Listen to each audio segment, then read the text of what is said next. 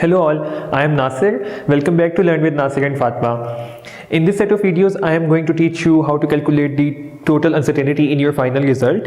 And if you have any difficulty in understanding the concept of uncertainty, then you can consult my previous video in this series in which I teach you the concepts of least count significant figures and assessment of uncertainty in a single measurement in detail.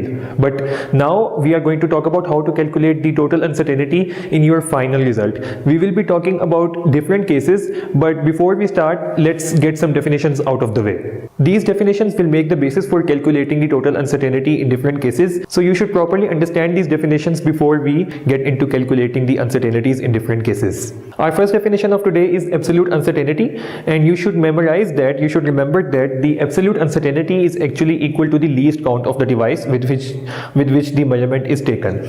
And let's take the example. The absolute uncertainty, for example, in case of meter rod, if we talk about meter rod, the least count of meter rod is 0.1 centimeter. So in case of meter rod, the absolute uncertainty of meter rod is going to be plus minus 0.1 centimeter. Taking the example of vernier calipers, the least count of vernier caliper is 0.01 centimeter. So the absolute uncertainty for vernier calipers is going to be plus minus 0.01 centimeter. Now our second definition is the fractional uncertainty. Fractional uncertainty is defined as the least count or absolute uncertainty of your device divided by the measurement that you have taken with it. So let's understand the definition of fractional uncertainty by some examples.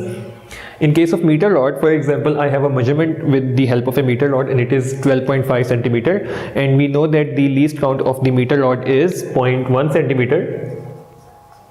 So in case of meter rod, the fractional uncertainty in this case is going to be, using this definition, least count, which is also equal to absolute uncertainty, divided by the measurement, and your result is going to be 0.008, and this is your fractional uncertainty. So the third definition that you need to remember is the percentage uncertainty, and this definition is very similar to fractional uncertainty except that in the end you multiply with 100. So the percentage uncertainty is equal to the least count of the measuring device, which is also equal to the absolute uncertainty, divided by the measurement that you have taken, and in the end multiplied by 100 to get the percentage.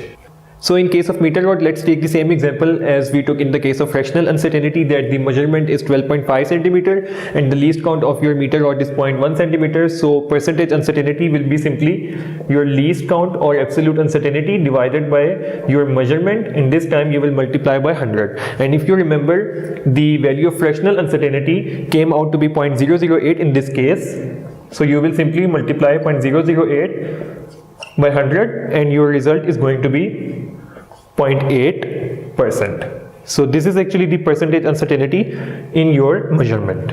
So I hope that these three main definitions are clear, and with these main definitions out of our way, we can jump into the calculations of total uncertainty. I will start with the case of addition and subtraction and will move further. And if you understood the concepts that I explained, please leave a thumbs up and share this video with your friends as well, and don't forget to subscribe. See you in the next video.